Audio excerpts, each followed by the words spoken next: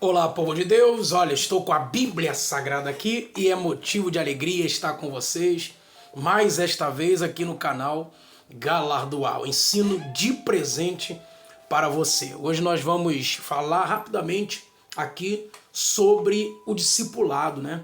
Discipulado é esta área, né, muito importante para o novo convertido.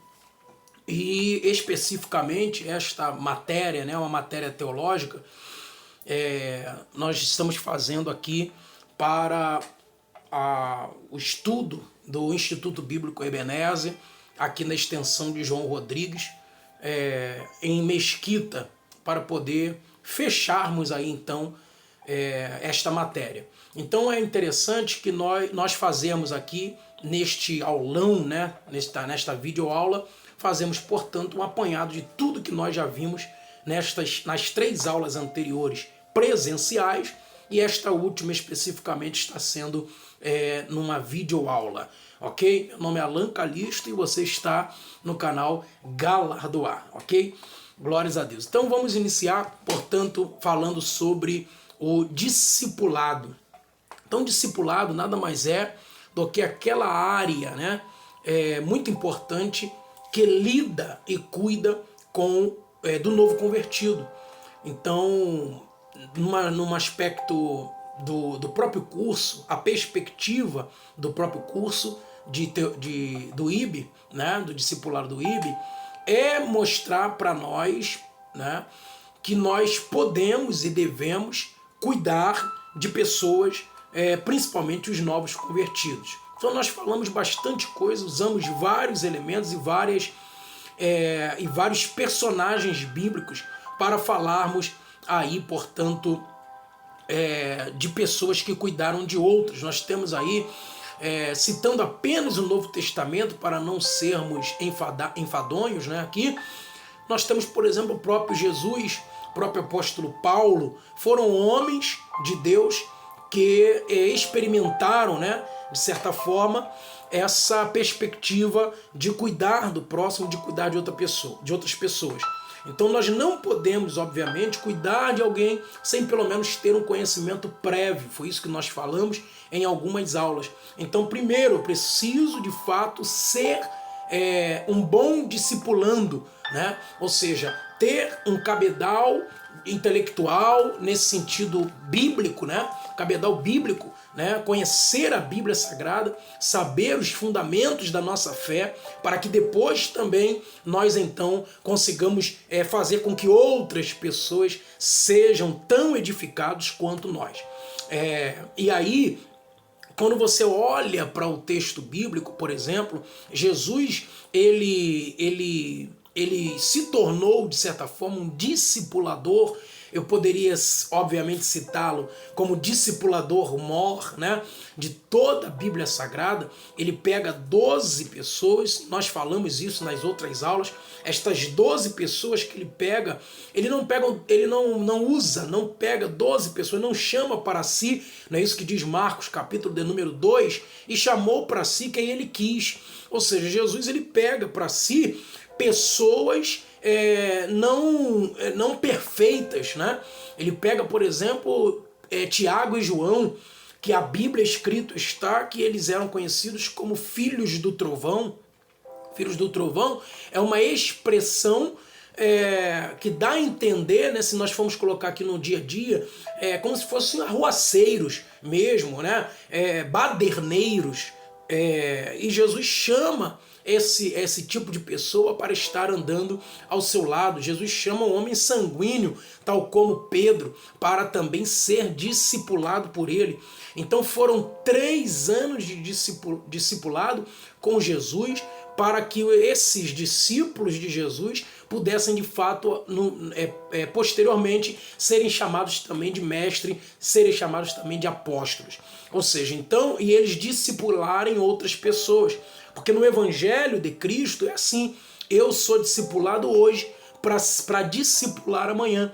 E é interessante que se eu for discipulado de forma errada, equivocada, obviamente na reação em cadeia, eu vou discipular outras pessoas de maneira equivocada. Eu não posso discipular ninguém se eu não conheço o verdadeiro evangelho de Cristo. Se eu conhecer o outro evangelho que Paulo vai mencionar na carta aos Gálatas, eu vou passar isso adiante. Eu vou passar um evangelho deturpado para frente. E isso Jesus não nos ensinou. Ele nos ensinou, né, lá no finalzinho, Mateus 28, por exemplo, ide por todo mundo, né, Marcos 16, 15, ide por todo mundo, pregar o evangelho a toda criatura, mas também em Mateus 28 ele diz, ide em todas as nações, batizando, fazei discípulos de todas as nações, batizando-os em nome do Pai, do Filho e do Espírito Santo.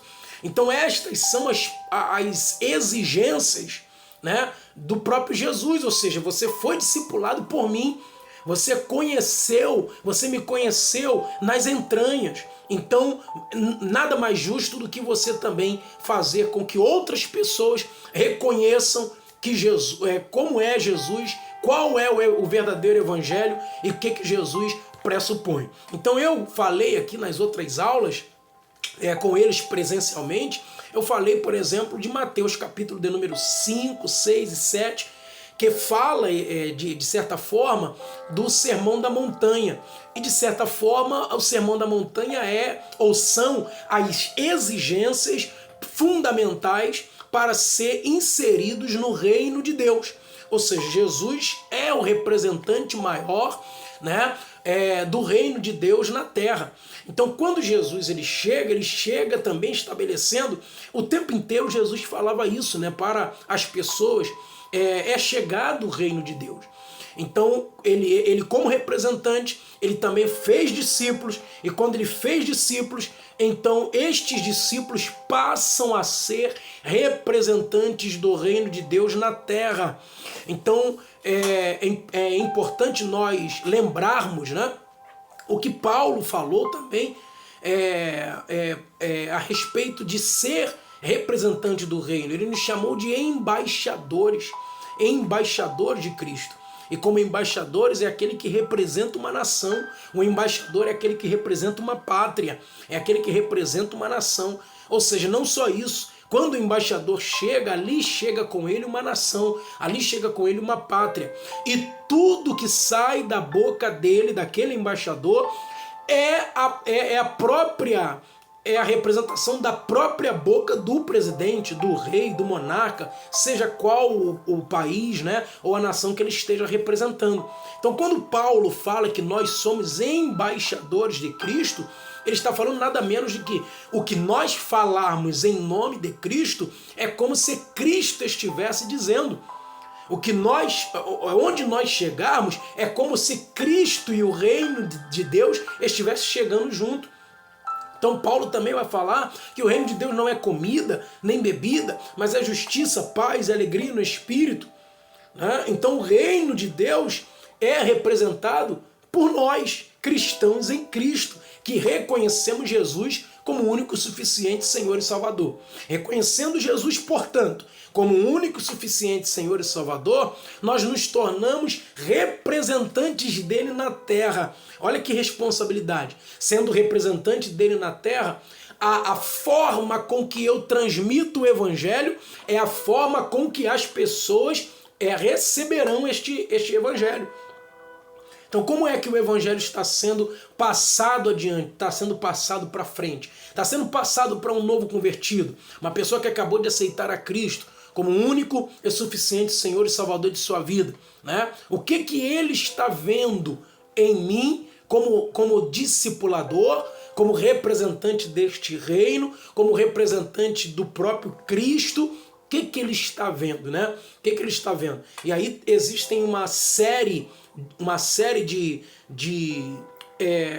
exigências mesmo, para nós nos mantermos exemplos, né? Exemplos de outras pessoas, principalmente do novo convertido. Então a ideia da matéria é justamente essa. Você traz uma concepção do que você já conhece de Cristo, Por isso, a sua vida intimamente ligada a Cristo deve ser muito saudável, né, espiritualmente, justamente por isso. Porque quando eu passar para frente, eu não passe de maneira deturpada, eu não passe de maneira enferma, eu não passe um evangelho enfermo para outras pessoas, né? E quando e aí a gente pode olhar muito isso. Existem muitas igrejas aí que infelizmente, por exemplo, impõem as mãos, né, sobre pessoas. Eles não reconheceram Jesus de maneira correta, eles não aprenderam sobre Jesus de forma correta, ensinam um evangelho um pouco tosco, um evangelho um pouco embaçado, né? E o que eu chamei na aula presencial, eu repito aqui, um evangelho liquefeito, um evangelho líquido. Eles repetem isso para outras pessoas. E estas outras pessoas amanhã também terão um evangelho líquido, um evangelho liquefeito, um evangelho superficial, um evangelho que não é o evangelho que está escrito na palavra do Senhor. O evangelho que está escrito na palavra do Senhor é o evangelho difícil de ser seguido. O evangelho que está escrito na palavra, não é à toa que Jesus vai dizer no próprio Sermão da Montanha, falando à multidão e falando também aos discípulos, ele vai dizer que ele vai assemelhar as pessoas que ouvem as suas palavras e as pratica a homem prudente que edificou sua casa sobre a rocha. Veio a chuva, veio o vento e aquela casa permaneceu de pé, não foi porque a casa é boa, mas porque eles ouviram, a casa ouviu a voz de Deus e as palavras saídas da boca de Jesus foram ouvidas por aquela casa. Agora, aquele que não ouve, não pratica a palavra do Senhor, ele mesmo vai dizer que assemelha este tipo de casa, esse tipo de pessoa ao homem prudente que edificou a casa na areia. Então, quando veio a mesma chuva, o mesmo terremoto, o mesmo problema, a casa ruiu, porque não ouviu de fato a voz de Deus. Então, a voz de Jesus, ele vai dizer, inclusive, que ainda no Sermão da Montanha, Jesus vai dizer que existem duas portas, né? A porta estreita e a porta larga. A porta estreita é aquela que conduz à salvação. Poucos são os que entram por ela. A porta larga é aquela que conduz à perdição e muitos são que a encontrem, né? Muitos são que a encontrem, muitos são que entram por ela, melhor dizendo. E a porta estreita, muitos são que a encontrem. Então, para você ver o nível do evangelho, porque qualquer perspectiva ideológica, filosófica, seja ela qual for, que fale para você assim que existe duas possibilidades, né? Duas possibilidades. Uma é a larga, que todo mundo vai entrar, porque é uma porta das facilidades. É uma porta larga em que não me submete a absolutamente nada. Agora, a porta estreita, ela exige mais de mim. A porta estreita fala também de, como nosso irmão também em aula nos ajudou, né, adicionando esta palavra, a porta estreita é uma porta que que vai exigir que nós deixemos as bagagens que vieram conosco. Então é isso que um discipulador que foi bem instruído e bem discipulado pela palavra de Deus e orientado por outro homem de Deus, né, que foi também bem orientado, é isso que a Bíblia fala, né? Eu deixar as minhas bagagens, eu deixar as minhas coisas. E aí começa aquela ideia de Mateus 16, 24, aquele que quiser vir após mim, negue-se a si mesmo, tome sobre si a sua cruz e siga-me. Não é isso? E siga-me. Então esta ideia é uma ideia muito difícil. Não é o evangelho liquefeito que nós estamos vendo nos dias de hoje. O que é o evangelho liquefeito? É um evangelho diluído. É um evangelho que é aos moldes. Não é isso que a água faz? Quando a água vê uma barreira assim, né? A água vê uma barreira, não é isso? A água não para aqui. Se ela vê uma barreira, uma dificuldade, ela vai se moldando, né? A barreira para ela continuar no caminho. Existem pessoas que são assim, ela é até crente, ela é crente, ela aceitou Jesus, mas acha que o evangelho é liquefeito. Ela pode ultrapassar as barreiras das exigências. Neste caso, a barreira aqui são as exigências da cruz. Então, quando a cruz diz para esse tipo de pessoa que ela deve largar determinada ação, determinada atitude, ela faz com que o evangelho seja ali que é feito e trabalha nos moldes. Ela vai moldando. Não é bem assim. Não, Jesus entende. Não é bem desse jeito. A Bíblia não quis dizer isso. Ou seja, não pode adulterar, não pode fornicar, não pode dizer falso testemunho, não pode desonrar pai e mãe. E aí ela vai dizer assim, não, mas isso não é bem assim. Isso era lá no passado, isso era lá no antigo, né?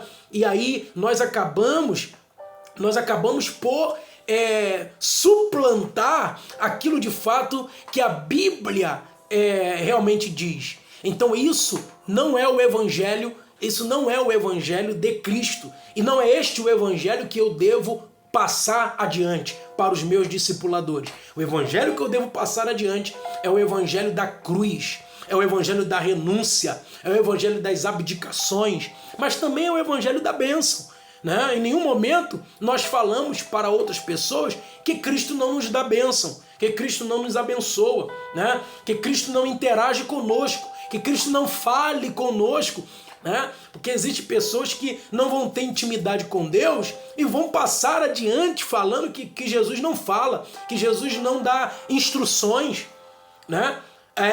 Isso era só para o Antigo Testamento. Para os profetas do Antigo Testamento que falavam, que Jesus falava no ouvido, que Jesus falava na mente, que Jesus falava no coração deles.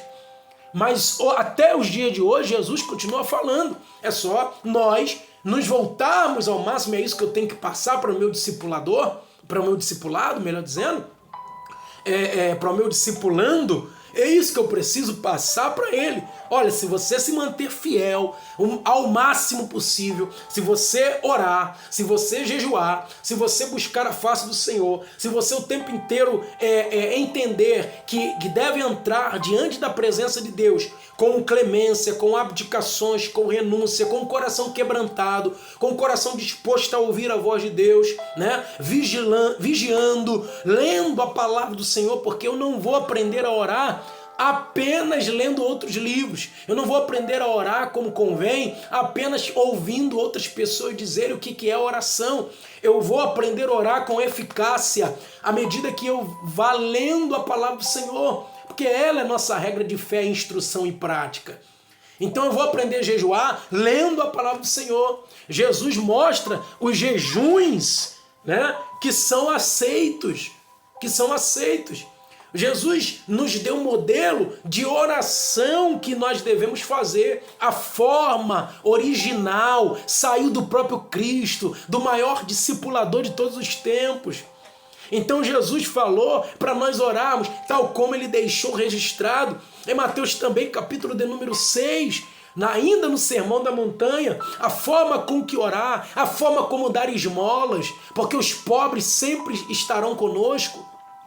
A forma como dar esmolas, tudo isso ele mostrou, tudo isso ele ensinou e mostra para nós da mesma forma que ele ensinou aos seus discípulos e obviamente por instrução, por inferência nos ensinou também, ele quer que nós passemos isto adiante.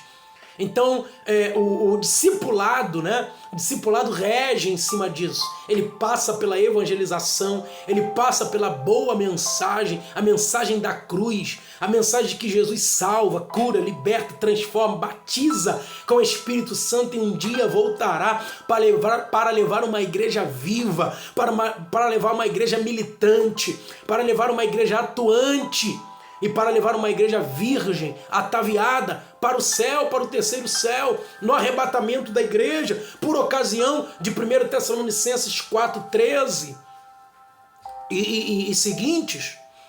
Então é isso que o discipulado exige de nós, né?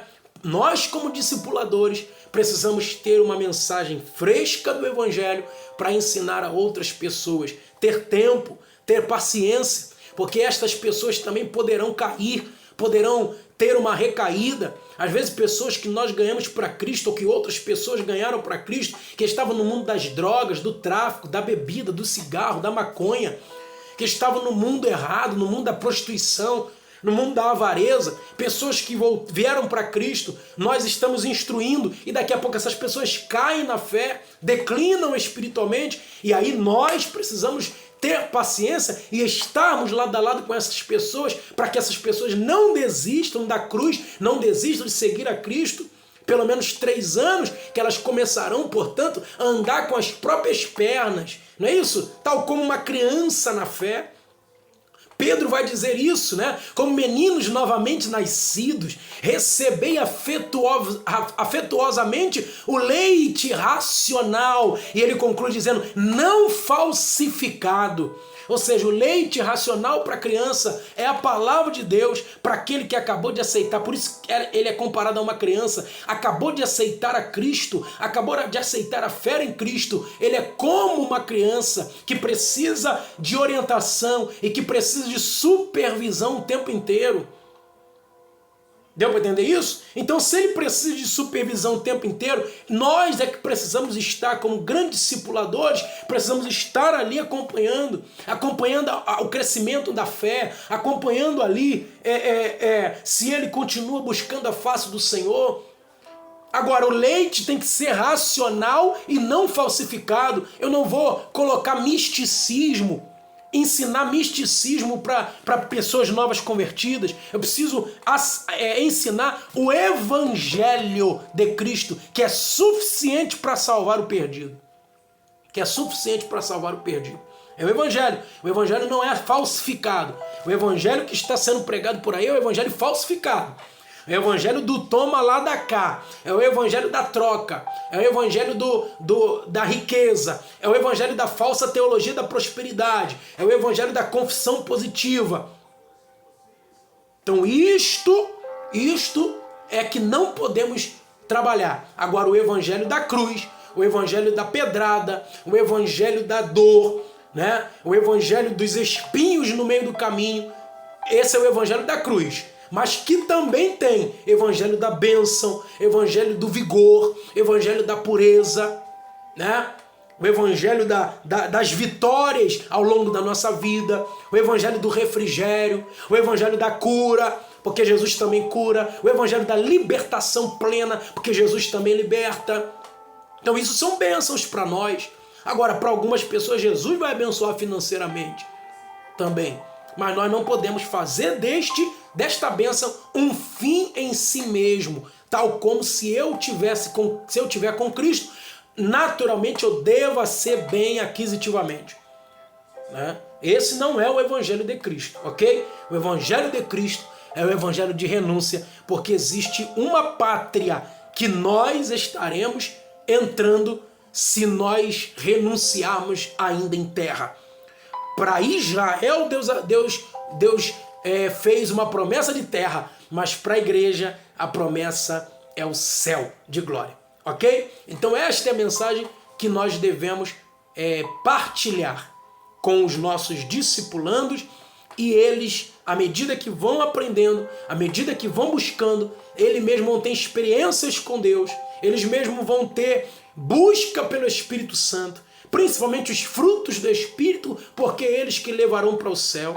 Porque não adianta eu saber muito a palavra, não adianta eu saber muito, falar muito em línguas estranhas e profetizar se eu não tenho domínio próprio, se eu não tenho mansidão, se eu não tenho temperança, se eu não tenho paz, se eu não tenho amor, se eu não tenho longanimidade, benignidade, se eu não tenho fé. Porque a fé vem pelo ouvir e ouvir da palavra de Deus. Mas a fé também, quem é aquele que não tem fé, não agrada ao Senhor. Ou seja, tudo isso é ao longo do tempo, ao longo desses 3 anos, tal como Jesus fez com os discípulos. Então, eu queria deixar registrado aqui esta curta, pequena aula, né, para nós fecharmos esta matéria, mas para você também que está aqui nos acompanhando neste canal, glorifico a Deus pela sua vida. Se puder, dá o like, ativa o sininho das notificações para não perder quando nós estivermos aqui fazendo vídeo, né? Inscreva-se aqui no canal rapidinho, não paga nada, você é só inscrever-se aí. Quando você se inscrever, compartilha com outros também, para que outros também possam se inscrever neste canal Galar do Ar. Canal Galar do Ar, o ensino de presente para você. Deus abençoe.